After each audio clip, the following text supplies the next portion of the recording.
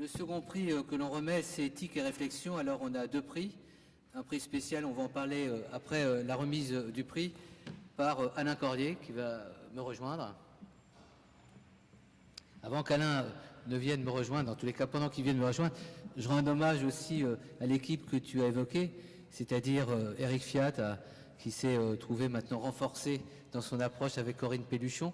Donc on a un pôle éthique à Marne-la-Vallée extrêmement dynamique qui a son prix aujourd'hui. J'espère qu'à Marne-la-Vallée, sur l'université, il y aura un grand panneau qui indiquera le prix de Véronique Desnouettes, Lefebvre-Desnouettes. Je donne la parole.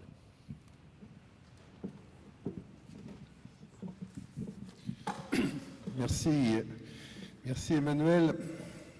Je m'associe à Perrine Simon-Naoum pour te rendre hommage une fois de plus et à la constance de ta présence et de ta capacité à créer du lien entre nous tous.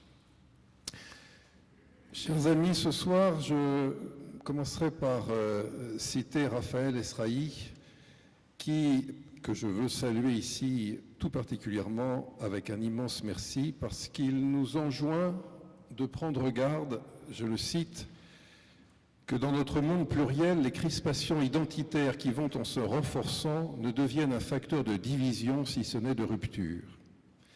Eh bien, il me semble que l'un des chemins premiers pour vaincre les replis identitaires réside dans la culture et l'intelligence.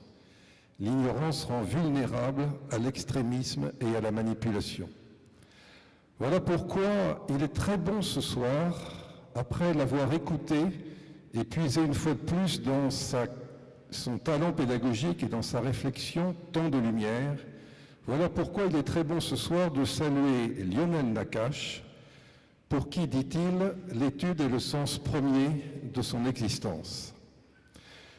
Nous saluons bien sûr ce soir une œuvre où la compétence médicale la plus grande qui soit se nourrit d'un travail sans cesse repris sur la tradition juive, mais également où la compréhension la plus profonde qui soit de la Torah écrite et orale se nourrit de l'exigence scientifique et clinique jamais oubliée. Et puisqu'il fallait que l'on pose notre décision sur un livre, nous avons choisi, Lionel, ton livre, un sujet en soi, les neurosciences, le Talmud et la subjectivité. Autre manière probablement de continuer, et je vais essayer de faire le moins mal possible, ce que tu as commencé à ouvrir tout à l'heure.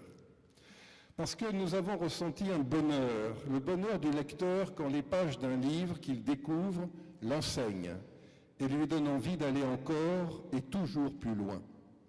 Nous pourrions même oser reprendre tes mots, Lionel, en disant de ton livre ce que tu dis du Talmud, je te cite, « Lorsque l'on clôture l'étude d'un chapitre, on s'empresse d'en rouvrir un autre aussitôt, comme pour se signifier à soi-même et aux autres qui nous entourent que quelque chose comme l'achèvement de l'acte de connaissance n'existe pas. » Par son travail et son exercice clinique, Lionel Nakache cherche à faire coexister, vous l'avez peut-être entendu tout à l'heure, la subjectivité et la lucidité de soi. Et il souligne faire coexister vraiment. Alors quoi ? Comment naviguer entre les deux écueils que l'actualité du monde nous rappelle chaque jour ? D'un côté, la certitude idéologique ou encore l'affirmation identitaire et religieuse qui refuse toute subjectivité. Et de l'autre, le choix de l'immédiateté et de la liberté toujours plus conquérante au point de nier toute vérité en l'asservissant au narcissisme du sujet. Eh bien, pourquoi Lionel se nourrit du Talmud ? Parce qu'il y voit la capacité de se tenir à l'écart de ces deux écueils pour continuer à supporter la tension de l'hétéronomie et de la subjectivité. De l'hétéronomie sous toutes ses formes, autre manière de dire le non-clivage dont tu parlais tout à l'heure, et de l'autonomie.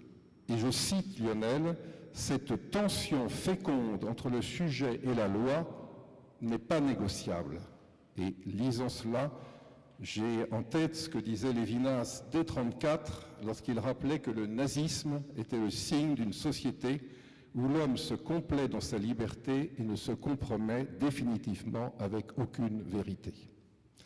Cette tension féconde conduit à ce que les réponses proposées par le Talmud soient dit Lionel, davantage des supports de questionnement perpétuel que des réponses définitives, des réponses qui apprennent à poser les questions. Eh bien, Lionel, nous avons œuvré ensemble au sein du Comité national d'éthique, mus par cette exigence. Parce que l'éthique ne réside pas d'abord dans les réponses, mais en premier dans la qualité du questionnement.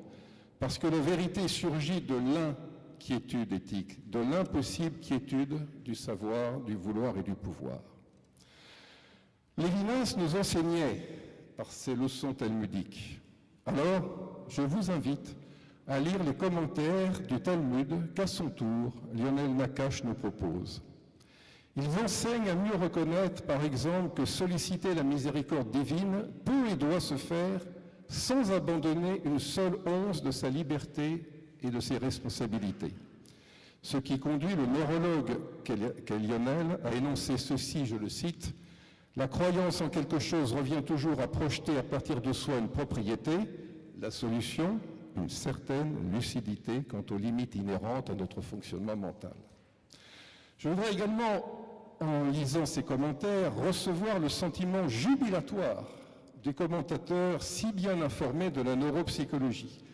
Je le cite, « un sentiment joyeux, né de la capacité pour le lecteur inscrit dans cette tradition à faire résonner une phrase rédigée il y a plus de 1000 ans dans une signification insoupçonnée par ses auteurs.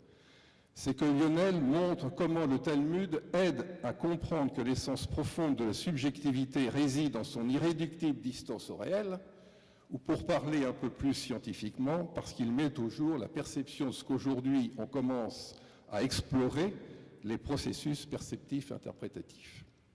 Oui, les commentaires de Lionel sont lumineux de culture et d'intelligence et se font une invitation à poursuivre la réflexion.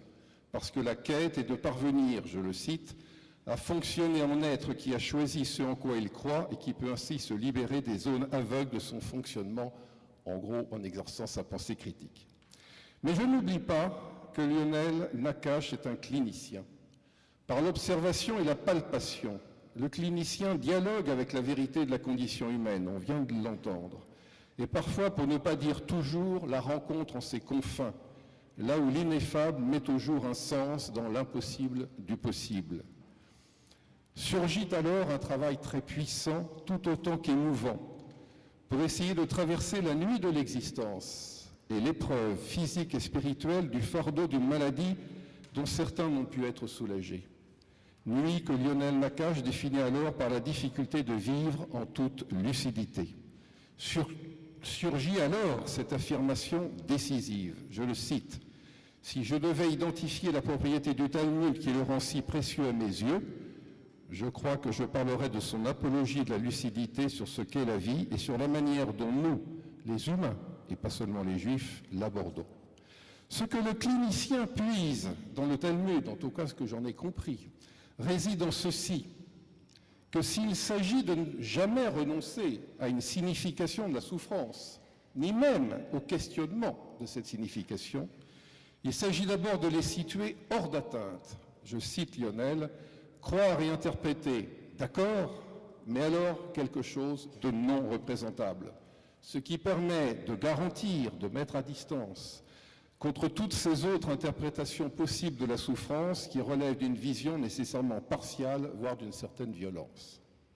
Ainsi, face aux tentations de toute forme de repli identitaire aussi bien religieux que laïciste, l'exigence d'humanité et d'intelligence de Lionel Nakache nous invite à la plus profonde lucidité, je le cite, la lucidité posée au cœur de ce qui semble pourtant à première vue le domaine le moins compatible avec l'exercice de la lucidité, le fondement de nos croyances les plus profondes. Voilà pourquoi, au nom du jury, je suis heureux de te voir, si cher Lionel, recevoir le prix ce soir. Neurologue, tu arpentes le chemin de la quête si exigeante de mettre au jour ce qu'est la conscience. Croyant, tu cherches ton Dieu, je crois, du côté de celui qui, pour reprendre le mot d'Hölderlin, a fait l'homme comme la mer a fait les continents en s'en retirant, mettant ainsi au jour le sens de la vie humaine dans l'exode de soi.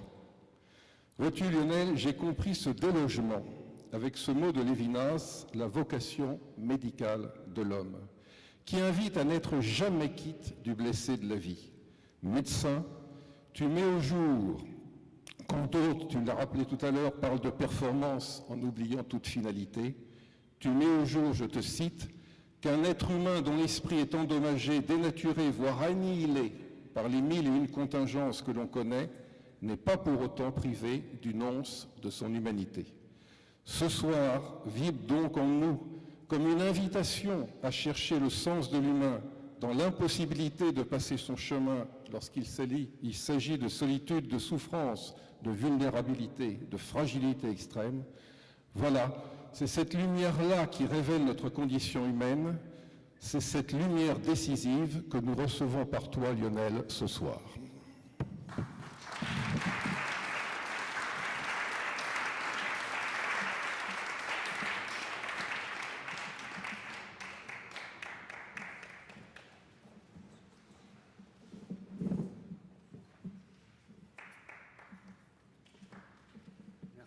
Je suis extrêmement ému et très touché par l'intelligence de tout ce que tu as lu et vu dans ces écrits. Donc je ne vais pas être très long, et juste pour peut-être vous éclairer, parce que ça peut paraître bizarre de parler de Talmud et de neurosciences ou de subjectivité, mais juste pour vous donner une grille de lecture, il ne s'agit pas de faire un grand n'importe quoi, et comme Alain l'a dit, c'est à travers une piste ici, qui permet de parcourir un chemin, mais ce chemin n'est pas le seul chemin, évidemment.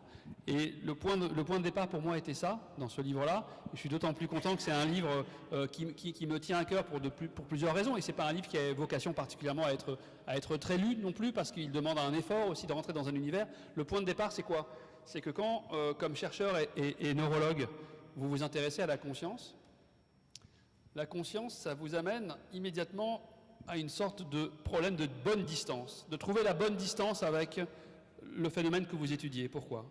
Parce que quand nous sommes conscients, nous croyons des choses. Je ne parle pas de croyances religieuses, mettons-les de côté. Nous croyons plein de choses sur nous, sur le monde, sur notre position. On croit des choses exactes et des choses inexactes.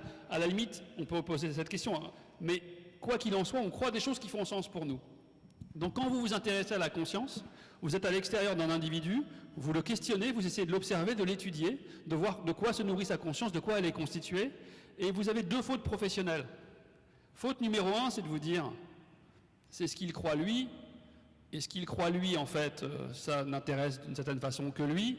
Donc en réalité, le contenu de sa conscience, de ses croyances, n'a pas tellement d'intérêt puisque ça n'a pas une valeur d'absolu. Donc autrement dit, on peut disqualifier le sujet au nom du fait que ce qu'il croit, c'est ce qu'il croit lui. Voilà. Ça n'a pas de valeur en soi. Et le second sujet, c'est un peu l'inverse. C'est comme votre sujet d'étude, c'est la conscience, eh bien de prendre au premier du terme, sans aucun recul, d'obtenir pour vrai ce que quelqu'un va croire, par exemple. Hein. Et évidemment, en neurologie, on le voit dans des situations extrêmes, où les croyances des sujets sont perturbées, dans des hallucinations, dans des délires, dans des somatognosies, dans tout un ensemble de situations. Donc vous avez cette difficulté, quand vous étudiez la conscience, à ce que, on pourrait dire, l'objet fondamental de votre intérêt, vous deviez l'étudier avec la bonne distance. Ni le rejeter parce qu'il n'est pas vrai, ni non plus le tenir pour vrai parce que c'est le sujet de votre intérêt. Et tenir cette distance correcte, c'est compliqué. En recherche, en médecine. C'est très compliqué, mais c'est ça, cette tension qui m'intéresse. Et l'écho avec le Talmud, c'est qu'effectivement, en étant juif par la force des choses et par l'intérêt de cette culture qui m'intéresse aussi, eh bien le Talmud, on peut le voir comme un exercice similaire. Donc attention, je ne mélange pas les choses, hein. Mais il y a quelque chose, une sorte de méta-analogie formelle qui est intéressante, c'est que le Talmud, on pourrait dire, c'est une bande de rabbins qui se disent « mais quel est le sens de ce texte, qui est la Bible, qui est la Torah ?» Et que quand vous êtes face à un texte, en l'occurrence, quand vous considérez qu'il a une certaine valeur, là aussi vous êtes à une tension face à deux problèmes. Soit vous dites il faut protéger le sens du texte, et donc vous supprimez toute lecture subjective. Tout ce qu'un individu va pouvoir lire et comprendre va pouvoir simplement dénaturer la valeur du sens d'un texte, donc il faut annuler le sujet. Avec la menace que si vous annulez le sujet, il n'y a plus personne pour lire un livre, et les sujets ne sont pas là. Et qui est évidemment aussi une des positions dans toutes les extrêmes religieux, de pouvoir supprimer l'individu au sens d'une vie ritualisée, d'une disparition de la subjectivité. Et l'autre écueil, qui est non pas moins grave, et qui est peut-être plus contemporain, c'est au nom d'un narcissisme débridé se dire « mais je vais faire du texte le sens que je veux, c'est moi et j'y vais, et je fonce, et en fait ce texte n'a de valeur que pour donner lieu à mon narcissisme ».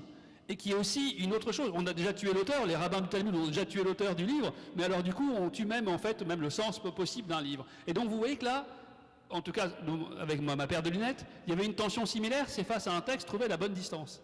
Trouver une bonne distance à un texte qui vous intéresse, et avec le concept d'hétéronymie qu'Alain a rappelé, et qui est au sens de cette conception. Donc cette tension entre ce qu'on pourrait appeler le feu de la subjectivité et la glace de la loi, un peu, et d'arriver à faire maintenir les deux sans en supprimer un, hein, sans que le feu ne fasse fondre la glace, ni que la glace n'éteigne le feu, mais de garder une tension. Et c'est dans cette tension qui n'est pas résolue, cette tension instable, que réside un peu mon intérêt pour ces deux. Voilà, mais ça, je suis extrêmement touché et heureux de pouvoir être avec vous et d'être, que ce livre et ces idées vous aient intéressés. Merci beaucoup.